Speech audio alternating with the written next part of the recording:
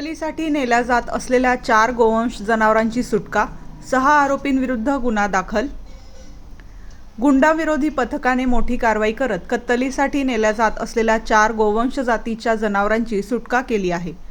Police आयुक्त Sandeep Karnik, police उपायुक्त किरणकुमार चव्हाण आणि सहाय्यक पोलीस आयुक्त संदीप मिटके यांच्या मार्गदर्शनाखाली ही कारवाई करण्यात आली. दिनांक 21 जानेवारी रोजी पहाटे 5च्या सुमारास द्वारका बागवानपुरा परिसरात अशोक लेलँड दोस्त गाडी अडवून तपासणी केली असता वाहनात 4 जिवंत गोवंश जनावरे आढळून आली.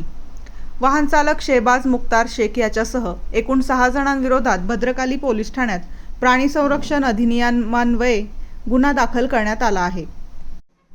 तपासात ही जनावरे साहिल अकील कुरेशी यांच्या गोठ्यातून भरून नड्डा अल्ताफ चौधरी, सालेम अल्ताफ चौधरी आणि शाहनवाज फारुख चौधरी यांच्या दुकानात कत्तलीसाठी नेण्यात येत असल्याचे निष्पन्न झाले.